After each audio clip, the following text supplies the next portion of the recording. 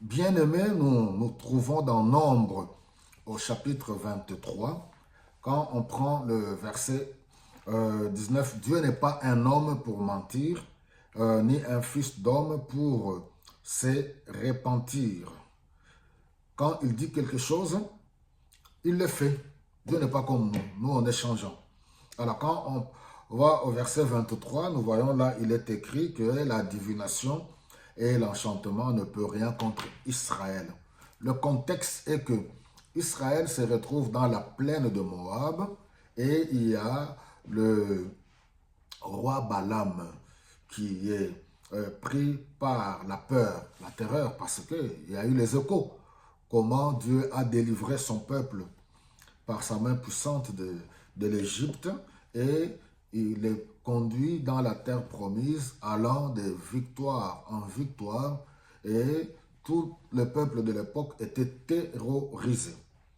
Ils avaient peur. Alors c'est là que le roi Balak, fils de Tsippor, et il prend la résolution d'aller chercher le prophète Balaam, qui est un des 20. Il se peut qu'au début c'était un vrai prophète, mais je ne sais pas comment les gens pouvaient savoir il était doté d'un pouvoir pour maudire.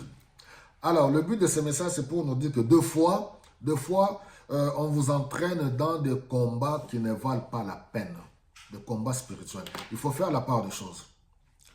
Le combat spirituel existe. Il faudra encore bien le redéfinir, c'est quoi le combat spirituel. Dans ce contexte, j'aimerais tout simplement nous faire comprendre que certains combats ne valent pas la peine d'être livrés. Pourquoi? Parce que Dieu lui-même combat pour nous. De toutes les façons, Christ lui-même a combattu pour nous à la croix de Golgotha. Il a livré cette bataille. Il a vaincu le diable, il a déchiré l'acte dont les ordonnances qui subsistaient contre nous. Il a dépouillé les autorités en triomphant d'elles à la croix de Golgotha, c'est-à-dire l'ennemi de nos âmes, toute sa cohorte. Alors voilà, tous ces adeptes, sorciers, magiciens, envoûteurs, enchanteurs, ceux qui sont dans le monde occulte, Christ, c'est un vrai enfant de Dieu qui connaît la parole, qui est en bonne relation avec le Seigneur, comprend cela. Donc, il n'a pas à avoir peur des sorciers, des magiciens, de tout cela, à moins que tu sois ignorant. Une fois de plus, une parenthèse, Osée chapitre 4, verset 6, mon peuple périt faute de connaissance. C'est pour cela qu'il faut bien connaître le Seigneur, bien se connaître soi-même, son statut, sa nouvelle identité dans le Seigneur, ses droits dans le Seigneur, ses devoirs dans le Seigneur. Alors ici, c'est Dieu lui-même qui s'en charge. Je ne dis pas que tu croises le bras. Si Dieu te révèle dans un domaine quelconque de ta vie pour entrer dans un combat pendant un moment, fais-le. Donc, on fait la part des choses. Pourquoi? Parce que souvent, les gens, quand on donne des messages, les gens veulent interpréter à leur manière. Ils veulent te faire dire ce que tu n'as pas dit.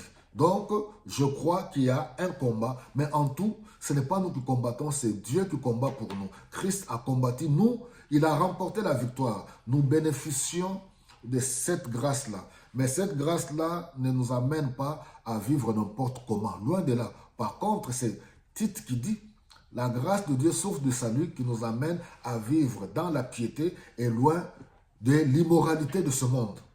Alors, dans ce contexte, c'est Dieu lui-même qui se révèle à ce faux prophète Balaam pour l'interdire. Israël, dans la plaine de Moab, tranquille. Sois tranquille.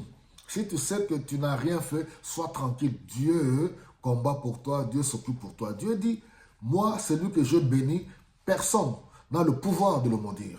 Donc, je vais te dire ce soir, en ce jour, que toi, tu es un béni de Dieu. Il n'y a aucun être humain, il n'y a aucune puissance dans le monde visible ou invisible, ni dans ce siècle qui pourra te maudire. Pourquoi? Parce que tu es béni de Dieu. Quand Dieu te bénit, c'est ce qu'il dit, Dieu n'est pas un homme pour mentir. Ce qu'il a déclaré, ce qu'il a dit, c'est ce qui arrive. Donc, l'enchantement, les envoûteurs, les sorciers de votre village, parce que c'est ce que vous voulez, on vous conduit dans tous ces combats-là, vous n'avez plus le temps de vous épanouir dans votre vie spirituelle. On vous transforme des visages par des prières bizarres où vous priez tout. Voilà, combat, combat, combat, combat, comme si c'est par votre propre force. vous pouvez combattre le diable. Non, c'est Christ en nous, alléluia, qui nous a rendus capables. Donc, il y a un temps où on peut livrer des combats pour des raisons quelconques. Il y a un temps où on peut aussi, voilà, s'épanouir dans la marche, dans notre relation avec le Seigneur. Il y a beaucoup de secteurs, il y a beaucoup de facteurs, il y a beaucoup de domaines. Donc voilà, c'était juste une petite exhortation. De fois, certains combats de certaines personnes mal intentionnées pour vous garder dans la captivité, pour vous contrôler, pour vous dominer, vous gérer. Et comme vous êtes ignorant, ah, voilà, nous on combat, hein, nous on combat, nous sommes dans le combat, nous sommes dans le combat. S'il faut encore même parler du combat, on peut encore parler, aller dans Ephésiens chapitre 6 pour voir quelles sont les armes. Si nous combattons, nous ne combattons pas dans la chair. C'est un combat spirituel. Et quelles sont les armes que nous utilisons? Déjà, l'apôtre Paul, parlant des armes spirituelles, il parle de la vérité pour ceinture. Alors, quand vous pensez que le combat spirituel, c'est, voilà, lier les sorciers, chasser les démons, et que vous êtes vous-même roublard, vous marchez dans le mensonge, dans la haine, vous êtes vous-même source de troubles, vous vivez dans le désordre, dans l'immoralité, vous n'avez pas d'alliance avec le Seigneur, alors vous pouvez vivre dans le désordre et penser que oui, moi je jeûne, je vais combattre, c'est mes jaloux, ceux qui m'en veulent. Non, ce sont des erreurs graves. Il faut s'asseoir pour qu'on vous enseigne convenablement. Parce qu'avec une bonne doctrine, cela vous épargnera, aura de l'influence sur votre quotidien. Il y a beaucoup de choses à dire là-dessus. Que le Seigneur vous bénisse abondamment et à très bientôt.